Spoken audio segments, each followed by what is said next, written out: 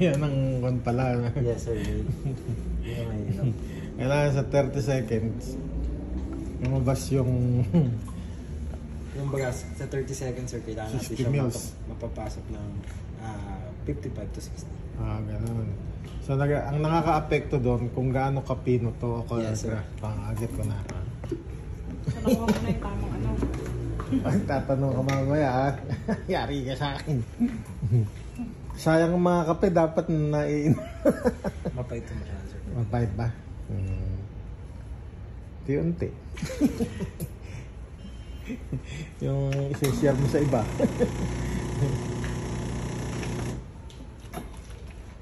So hanap ulit ano, yung pala calibration nun.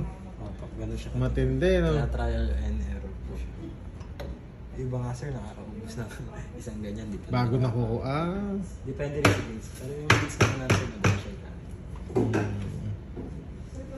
Ganun pala yun. Tapos gaganyanin ulit kapag bago na may beans. Yes sir. Pero usually yung isang tindahan, puro yun ang beans niya. Yes sir, usually. Kunyari sir, Kasi mahirap mag-calibrate no? yes po, yun. Get ko na, nakaka-idea na ako. Ayan, in-adjust mo din uli yung ano? Yes sir. Pero bago gawin yun, i-ano mo pala muna. Bali, ikot I-purge mo ulit. Halimbawa sir, nag-bawas tayo or kaya nag-print tayo.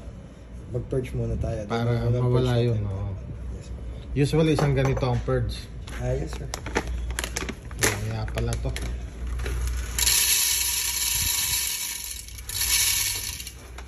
Yung mga kababayan nating gustong magkape yun, pwede na ikape yun yan. Yes sir. Haluan na lang ng konting tubig, dagdagan ko, depende sa kapal nila. Yes po. Pero yung mga sanay sa kape talaga sir. Yan, 3.5.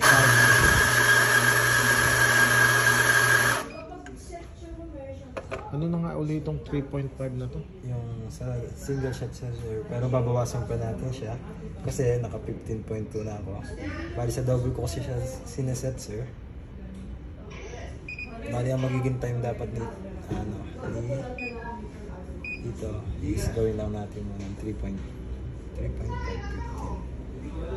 Bali 2.7.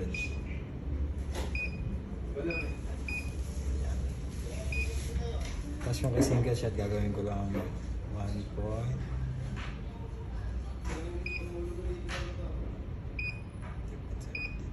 Dito gagawin ko lang 1.5. Ganun siya kabilis sir. Doon kasi sa mga ganun sir, usually nasa 4 to 5 seconds pa bago makuha yung grams na.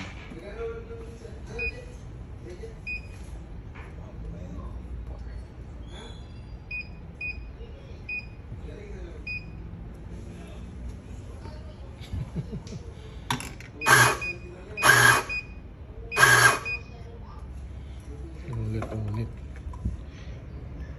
Yan. Minus.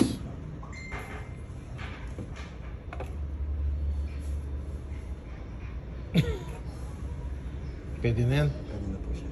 Basta umabot siya sir ng 17.5. In between. So once na-calibrated to, tuloy-tuloy lang ang gawa. Yes sir. Kasi yun na yun. Huwag lang babaguhin to, ano? Opo, huwag lang bago. Kasi andito Kaya sir, buhay. ang ginagawa ng iba namin customer na ganyan yung grinder nila. Halimbawa, naset na yung calibration. Ang ginagawa po na is tinatanggal na to para hindi Para walang gagalaw. Yes sir. And then pinipicture nila kung saan nakatutok lang. Picture. Yes po. Para kung Mamaya mamali. sir, pagka nakakalibrate natin, pwede nyo siyang picture. Para may palatandian din po tayo kung saan tayo. Saan talaga. Kahit mag-ulitan na lang uli, no? Yes. Ano kung gagamitin ko na yung pula na yun? Ayun ma'am, bali ganito gagawin natin. Magaganyan ulit. Yes po. Alam ba ang bibilin mo? Yung pula. Oo, syempre, free lang naman yun. Simulan mo na sir yung pula. Sa pula na, yung pula na yung pula. Kasi yung pala bibili niya lagi. Sige sir. Pero check ko lang po. Si Tat, ikaw maggawa. Alika, nang natuto ka na.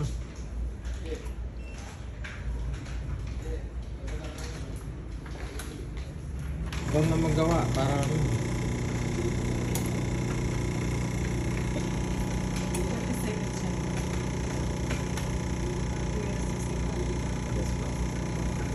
oras na different 55, 60 grams na.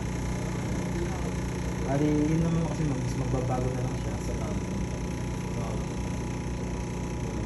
Yan yung huli mo ginawa, no? Yes sir. Bali yan, nakita niyo sir yung thumping ko kanina ginamit.